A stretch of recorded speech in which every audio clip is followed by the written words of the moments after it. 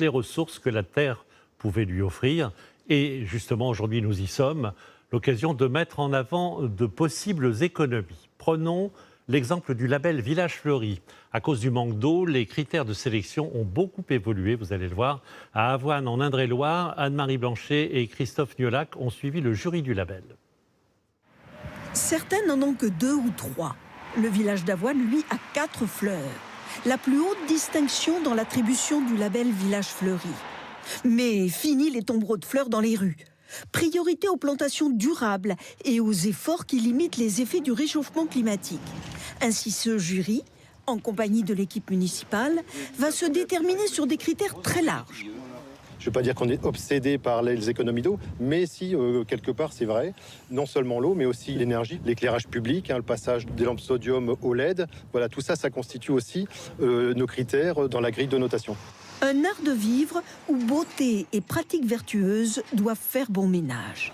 Place par exemple aux plantes qui embellissent le village toute l'année, critère majeur pour l'obtention du label. On a décidé aussi de faire des massifs entièrement en feuillage pour faire voir aussi qu'on pouvait faire des choses intéressantes avec les différentes textures, les différentes formes de végétaux. Des espèces très graphiques, particulièrement économes en eau. Ça nous permet effectivement de moins racheter de plantes, mais aussi un gain de temps de travail. Les fleurs annuelles, jadis pléthoriques, se contentent de ponctuer la verdure de notes lumineuses. Elles ont diminué de plus de 40% dans les massifs. Les vivaces les ont largement remplacées. À leurs pieds, noyaux de fruits, cosses de cacao, sciures de bois, des paillages tout en contraste.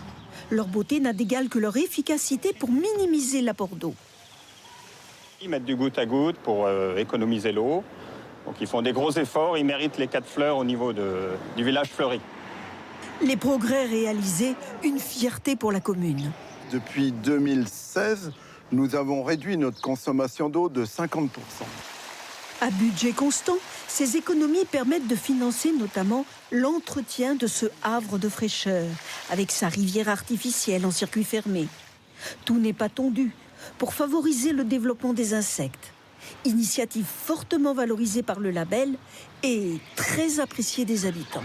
On tient compte du fait que les insectes sont primordiaux, que l'eau, il y en a de moins en moins et qu'il faut savoir la gérer.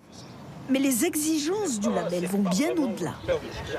Il y a tout l'usage des sols. Il faut que les sols puissent filtrer. L'aménagement qu'on peut faire, l'aménagement qui est réalisé dans le cadre notamment des villes et villages fleuris, parce que c'est un des critères du label, eh bien, c'est d'arriver à mieux gérer l'eau qui peut arriver, mieux gérer ces sols.